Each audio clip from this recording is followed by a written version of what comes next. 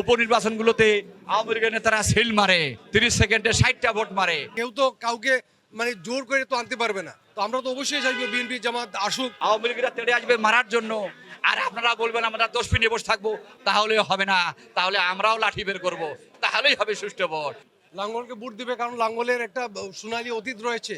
আমি মনে করি না যে আমাদের সংগঠন দুর্বল। আমাকে দল মনোনয়ন দিবে আমি বিশ্বাস করি, কারণ আমি একজন পরীক্ষিত সৈনিক। আমি 2006 সালে আমি প্রার্থী ছিলাম।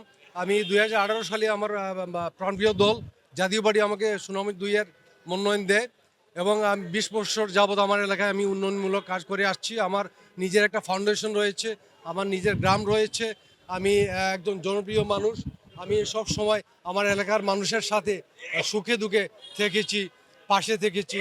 এর জন্য আমি মনে করি আমার দল আমাকে মূল্যায়ন করবে, আর মূল্যায়ন যদি করে ইনশাল্লাহ এইবার আমার এলাকায় বিপ্লব ঘটবে। জাতীয় পার্টির কেন্দ্রীয় কমিটির সদস্য, দিনাজপুর 5-এর ফুলবাড়ি পার্বতীপুরের কাঁচা রাস্তা পাকা করার জন্য, বেকার মানুষের কর্মসংস্থান সৃষ্টির জন্য, আধুনিক শিল্প নগরী গড়ে তোলার জন্য আমি বদ্ধপরিকর। আগামী 12তম সংসদ নির্বাচনে হাড্ডাহাড্ডি লড়াইয়ের মাধ্যমে ফুলবাড়ি পার্বতীপুরের মানুষ আমাকে ম্যান্ডেট দিয়ে বিপুল ভোটে নির্বাচিত করবে। উপনির্বাচনগুলোতে আওয়ামী লীগের নেতারা সিল মারে, 30 সেকেন্ডে 60টা ভোট মারে, কিন্তু এই ভোট আমরা চাই না। নির্বাচন কমিশনকে বলবো আওয়ামী লীগরা তেড়ে আসবে মারার জন্য, আর আপনারা বলবেন আমরা 10 মিনিট বসে থাকবো, তাহলে হবে না। তাহলে আমরাও লাঠি বের করব, তাহলেই হবে সুষ্ঠু ভোট। লাঙ্গল যখন ছিল, লাঙ্গলের শাসন আমল সবচেয়ে উত্তম শাসন আমল ছিল।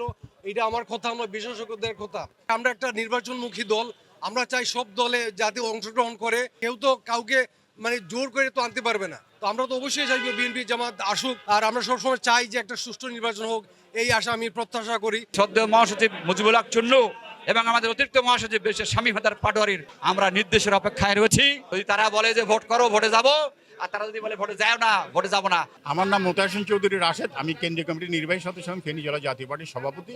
আমি ফেনী 1 আসন থেকে জাতীয় পার্টির পক্ষে মনোনয়ন প্রত্যাশা করছি। আমি মনে করি না যে আমাদের সংগঠন দুর্বল। জাতীয় পার্টি প্রত্যেকটা নির্বাচনী এলাকায় 300টা সিটেই জাতীয় পার্টির ভোট সংখ্যা আছেন, এবং পার্সেন্টেজের দিক থেকে আমরা অন্যান্য সংগঠনের সাথে কোনো অংশে দুর্বল নয়। দীর্ঘ 2 বছরে জেলা জাতীয় পার্টিকে যেভাবে সুসংগঠিত করতে পেরেছি, আমার বিশ্বাস দলের মাননীয় চেয়ারম্যান এবং নির্বাচন পরিচালনা বোর্ড আমাকে মনোনয়ন দেবে বলে আমি বিশ্বাস করি।